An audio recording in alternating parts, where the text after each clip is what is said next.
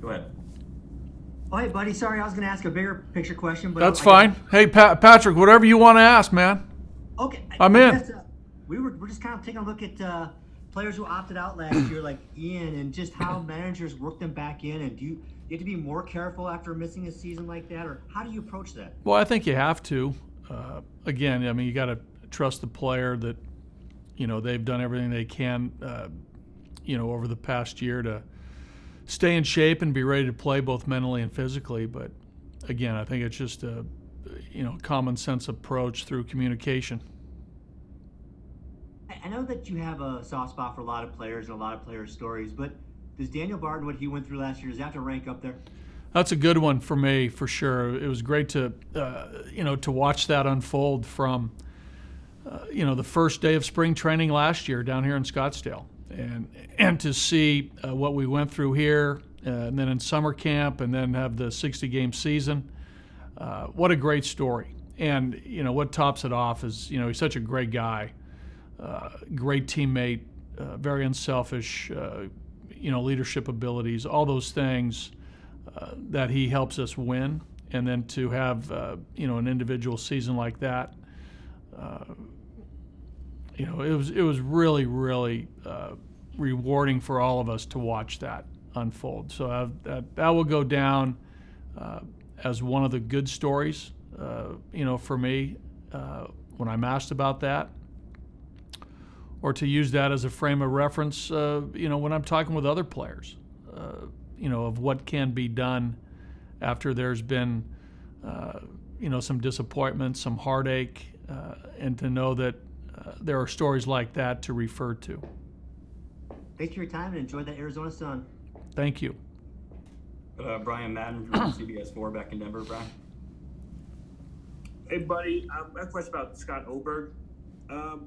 With his injury, it's not an arm, it's not an elbow, it's not a particular mechanical pitcher injury, it's the blood clots. For you, how do you balance that, what's good for the player, what the trainers tell you, looking out the best interest, and still keeping in mind that, I need this guy in the back end of my bullpen? Sure. Well, I think, first of all, it's a collective effort of staying informed and being aware, every day of Scott's health. And I think with our medical staff and our relationships to communicate, we'll stay on top of Scotty's health and care. He's the one who knows how he's feeling, how his arm is, how his body feels. That's the case with all players when it comes to anything that we're monitoring. But I know this: if Scott wants this not to be an issue, a distraction, for us not to worry about it. But as the guys who've been around me know, that I worry about everybody. I worry about everybody's health, pitchers' arms, players, their physicalness. So, but again, I think we're being assured on a daily basis through Scott's activity down here, and through his doctors and our doctors who collaborate and keep each other informed of his status, that we feel pretty good about him being an active, integral part of a major league bullpen for during the championship season. So that's what we're looking for. Thank you. Thomas Harding, go ahead. Sorry, buddy. Daniel Bard was in here, and he did discuss that you guys could maybe improve a bit on game planning and sticking with a game plan. I know last year was a bit of a whirlwind for you guys. What have you guys done as far as that is concerned, the study effort, the analytics or whatever? How have you guys tweaked that going into this year? Yeah, it's always evolving, Thomas, which is great. I think all 30 teams are improving each and every year on how to blend the analytics and how to use them. So Daniel's right. I think in my case, talking to other managers and coaches, executives in the off season, it's an ongoing thing to improve. So, and we're right in that ball game as well with other teams. And we're talking with all our players, both pitchers and catchers, about doing everything we can to stay state of the art. So, and we're doing that. We've hired a new pitching analyst in Flint Wallace. I think you guys have spoken with Flint.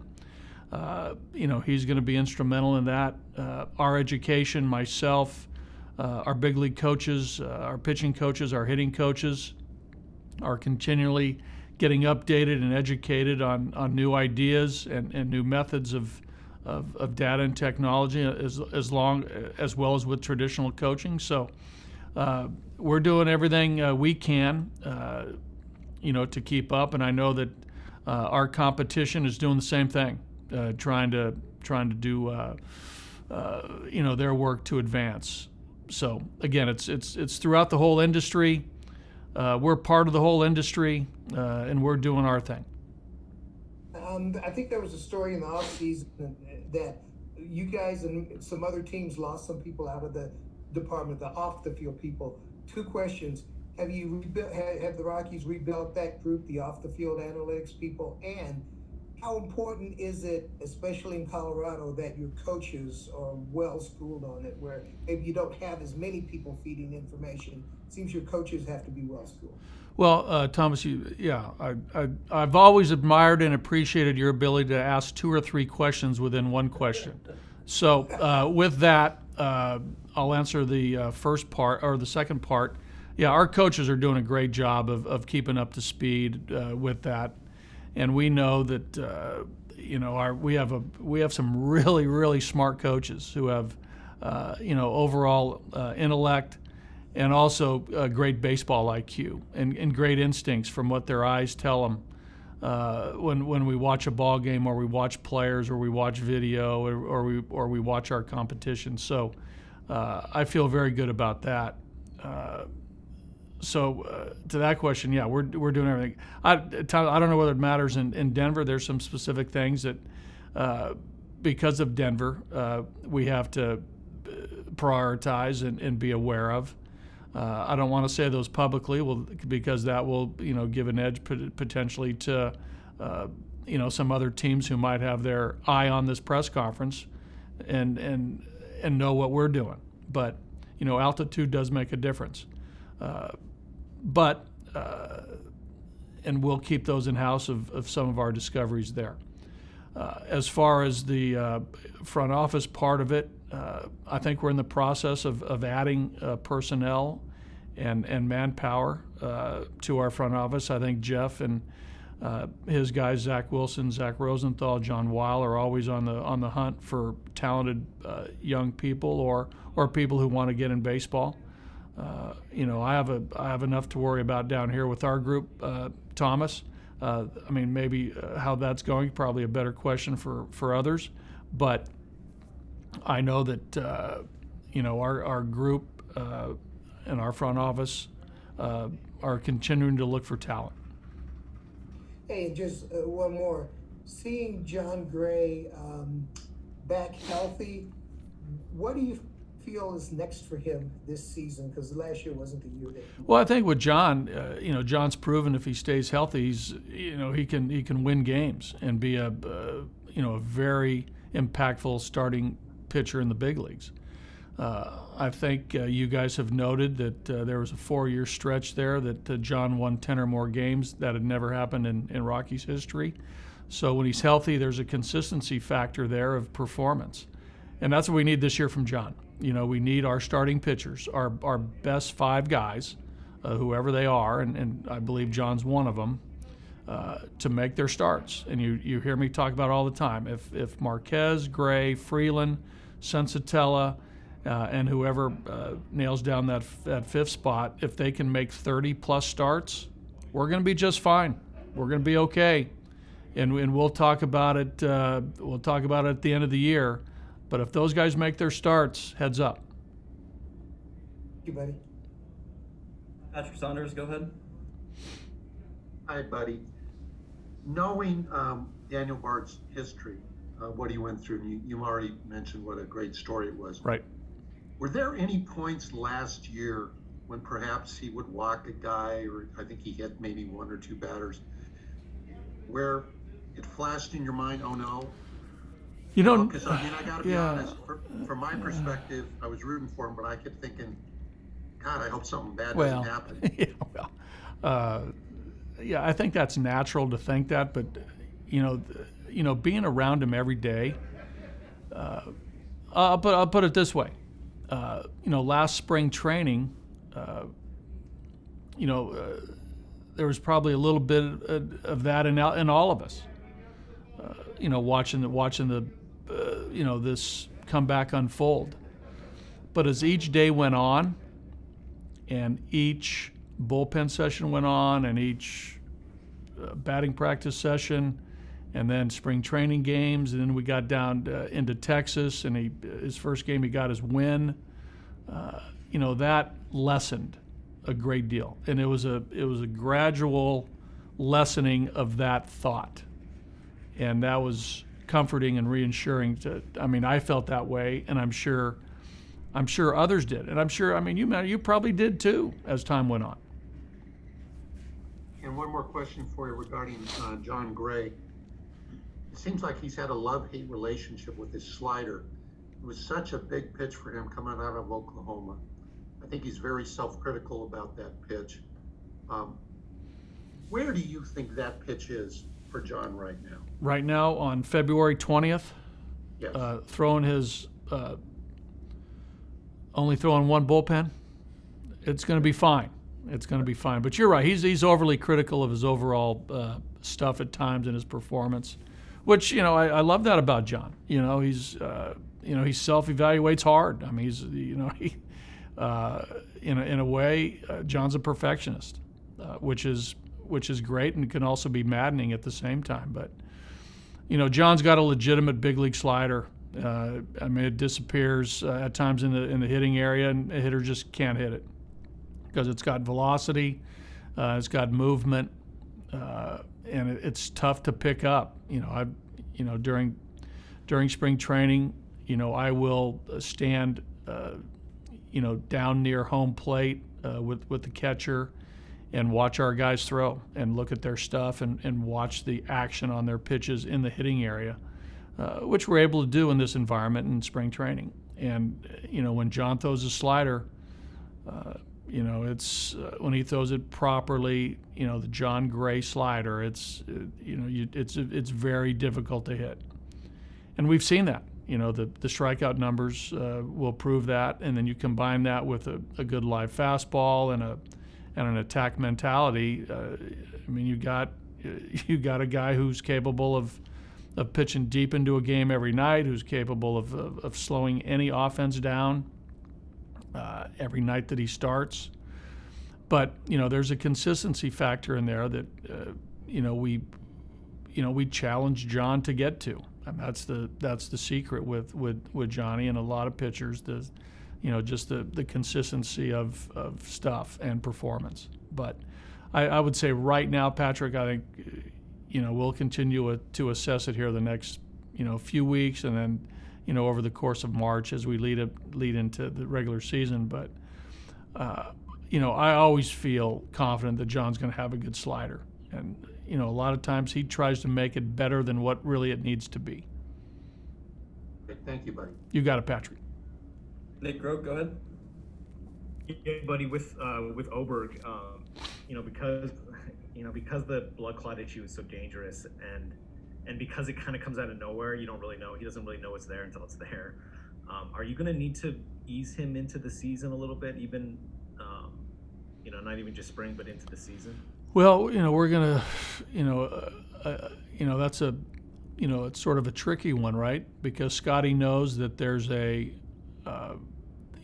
buildup and there's an intensity and a workload that has to be achieved prior to starting the season, and he knows that, and we're gonna balance that with care, especially early here, the first couple weeks, and the ability to increase his stamina and workload as we go through March. And when we get into the season, we'll always be conscious of that. But we're hoping that, the confidence, his mental state, his physical state, how his arm feels, will will be in a place where we feel good about Scotty being part of what we figure to be an 8-man bullpen. And when you have 8 guys in the pen and the season starts, they all know that as relief pitchers, there's a responsibility to be ready to pitch. But with that, we will handle Scott in a fashion that is health conscious with Scotty, and also with that in mind that we're trying to win major league games too. And Scotty knows that first and foremost, that his job is to help us win games and be part and responsible part of our bullpen. So it's a line that we will walk, and Scotty will be a part of that along with the medical team. Where is his stamina right now? He feels great. He threw the first day. I don't think he's going to throw today. I think he's going to get back up on the mound either tomorrow or Monday. But he came out of what's today, Saturday? He came out of Thursday's bullpen session great. I mean, is it possible that he'll be able to check all of the boxes, all of your boxes and medical team boxes by the end of spring? Sure, I think so. All the way full go? Yeah, okay. I think so. I mean, again, I think so. And if you were to ask him, he'd probably say yes too. I mean, probably a better question for him, but I think so. We did ask, and he did say, but see, there you it's not go. always up to me. Yeah, there you go. And then also you mentioned this, but would you prefer an 8-man pen now, even though you can go to 9 now this year? I mean, Yeah. I see a lot of advantages both ways. I would, you prefer 8? I would, yeah, that'd be preferable for me. 5 and 8. Yeah, is just because you like what you can play with on a bench, or is just 9 too many to juggle? What are the thoughts that you go in when you do something like that? Well, there's a lot of thinking that goes in. Obviously you work your pitching staff, prior to April 1st to have everybody ready. I know we have an off day on the after 4 games to open the season. There's a lot of factors that go into it, but right now, I think I'm thinking 5 and 8, and that could change. I mean, you know how it goes. I know coming down to it, you're going to say, "Hey, buddy, remember on February 20th you said 5 and 8? Why are you going 4 and 9?" There's no way anything. Or 4 and February, 10. Yeah. Anything happens in February can get thrown out. March maybe I would maybe. Okay, I'll be careful what I say March 1st. No, don't worry about it. Yeah, all right, yeah, cool. Thank you. You got it, Nick. Go to Sam Bradfield for the last question here. Sam, go ahead. Good morning, buddy. How are you? I'm well. Good morning.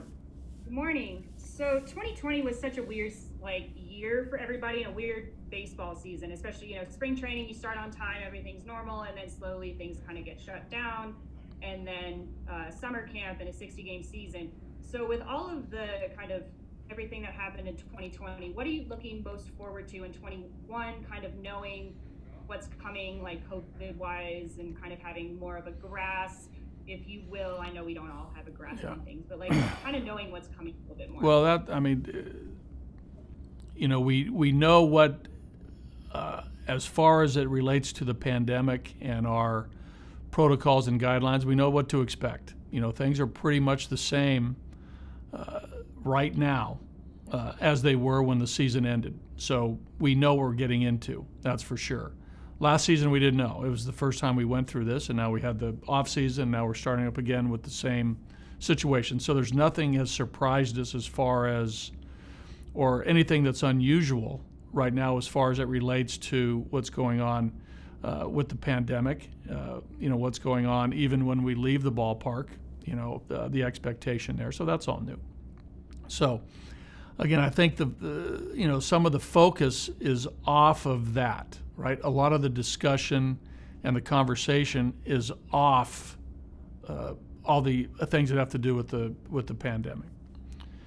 There's more focus on baseball, which is sort of refreshing for us, and I think the players too.